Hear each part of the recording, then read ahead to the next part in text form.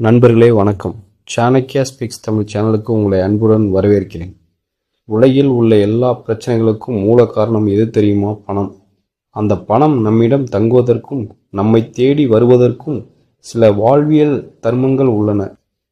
பொருள் இல்லார்க்கு இவ்வுலகம் இல்லை என்பது வள்ளுவம். ஆனால் அந்த பொருளை எப்படி பெருக்குவது என்பதை துல்லியமாக சொன்னவர் ஆச்சாரிய சாணக்கியர்.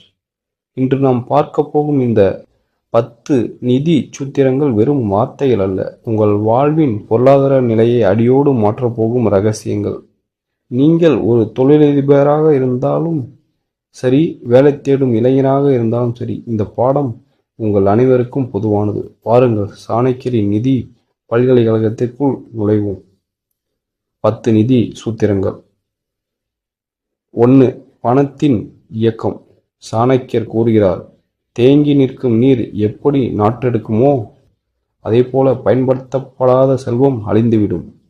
பணத்தை சேமித்து வைப்பது மட்டும் போதாது, அதை சரியான தொழிலோ அல்லது முதலீட்டிலோ சுழற்சியில் விட வேண்டும். பணம் ஓடிக்கொண்டே இருந்தால்தான் அது புதிய செல்வத்தை ஈர்க்கும். பழைய காலத்து உண்டியல் சேமிப்பை விட நவீன காலத்து முதலீடே சிறந்தது என்று சாணக்கியர் கூறுகிறார்.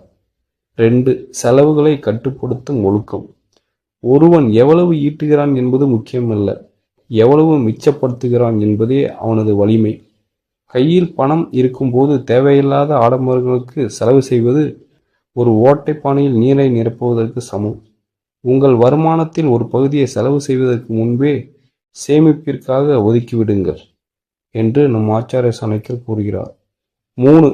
ஆபத்து கால தயார் நிலை. செல்வம் என்பது நிலையற்றது, ஆனால் அறிவுள்ளவன் அதை தன் இக்கட்டான காலத்திற்காக சேமிக்கிறான். வாழ்க்கை எப்போதும் ஒரே மாதிரியாக இருக்காது.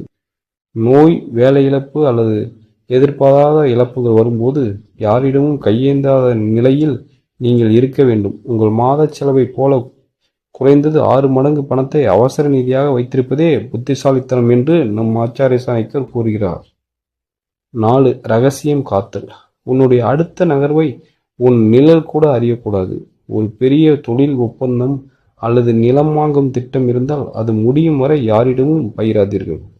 மற்றவர்களின் கண் திருஷ்டி அல்லது எதிர்மறை எண்ணங்கள் உங்கள் வெற்றியை குலைக்கக்கூடும். வெற்றியை அடைந்த பின் அதன் சப்தம் உலகிற்கு தெரியட்டும் என்று நம் ஆச்சாரிய சாணக்கியர் கூறுகிறார். 5. தகுதியான முதலீடு. ஆழம் தெரியாமல் காலை விடுவதும் தெரியாத தொழிலில் பணத்தை போடுவதும் தற்கொலைக்கு சமம் என்று நம் ஆச்சாரிய சாணக்கியர் கூறுகிறார்.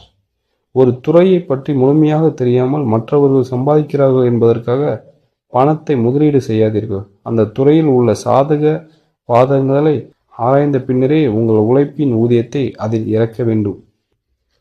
6. நிதி இலக்கு.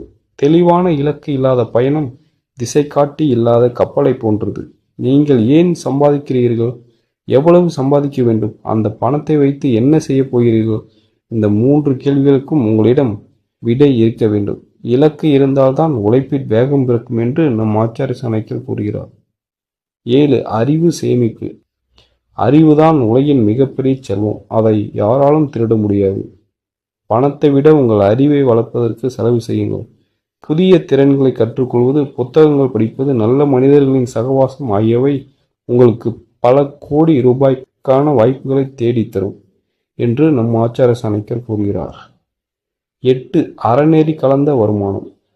தவறான வழியில் வரும் பணம் தொடக்கத்தில் இனிப்பாக தோன்றும், ஆனால் அது உங்கள் நிம்மதியையும் குடும்பத்தின் மகிழ்ச்சியையும் அழித்துவிடும். நேர்மையான வழியில் உழைத்து ஈட்டும் 1 ரூபாய் தவறான வழியில் வரும் 1000 ரூபாய்க்கு சமம். அறத்தோடு ஈட்டும் பொருள் மட்டுமே காலங்கள் கடந்தும் உங்கள் சந்ததியினருக்கு பயன் தரும் என்று நம் ஆச்சாரிய சாணக்கியர் கூறுகிறார். 9. காலத்தின் மதிப்பறிதல். நேரத்தை சரியாக பயன்படுத்தாதவனுக்கு செல்வம் ஒருபோதும் வசப்படாது. பணக்காரர்களுக்கும் ஏழைகளுக்கும் இயற்கை சமமாக கொடுத்த ஒரே விஷயம் நேரம். ஒரு நாளில் உள்ள 24 மணி நேரத்தை யார் ஒருவன் பயனுள்ளதாக மாற்றுகிறாரோ அவரே வெற்றியாளர். பணத்தை விட நேரத்தை சேமிக்க பழகுங்கள் என்று நம் ஆச்சாரிய சாணக்கியர் கூறுகிறார். 10. தர்மம் மற்றும் சமூக பங்களிப்பு. கிணற்று நீரை இறைக்கதான் ஊறும், அதுபோல தர்மம் செய்யத்தான் செல்வம் பெருகும். உங்கள் வருமானத்தில் ஒரு சிறிய பகுதியை இல்லாதவர்களுக்கு அல்லது நற்பணிகளுக்கு செலவிடுங்கள். இது உங்களுக்கு மன நிறைவை தருவதோடு இயற்கையின் விதிகளின்படி மீண்டும் உங்களுக்கே பல மடங்காக திரும்ப வரும் என்று நம் ஆச்சாரிய சாணக்கியர் கூறுகிறார். முடிவுரை. நண்பர்களே, சாணக்கியர் சொன்ன இந்த 10 நிதி சூத்திரங்களும் வெறும் தகவல்கள் அல்ல, இவை உங்கள் வாழ்க்கையை மாற்றும் ஆயுதங்கள். இதை உங்கள் வாழ்க்கையில் செயல்படுத்தி தொடங்குங்கள். மாற்றம் ஒரு நாளில் வராது, ஆனால் நிச்சயம் ஒரு நாள் வரும். இந்த வீடியோ உங்களுக்கு பயனுள்ளதாக இருந்ததா? எந்த பாயிண்ட் உங்களுக்கு மிகவும் பிடித்தது என்பதை கமெண்டில் சொல்லுங்கள். இது போன்ற இன்னும் பல ஆழமான வாழ்வியல் பாடங்களுக்கு நமது சாணக்யா ஸ்பீக்ஸ் தமிழ் சேனலை சப்ஸ்கிரைப் செய்யுங்கள். அடுத்த ஒரு வீடியோவில் உங்களை சந்திக்கிறேன். நன்றி, வணக்கம்.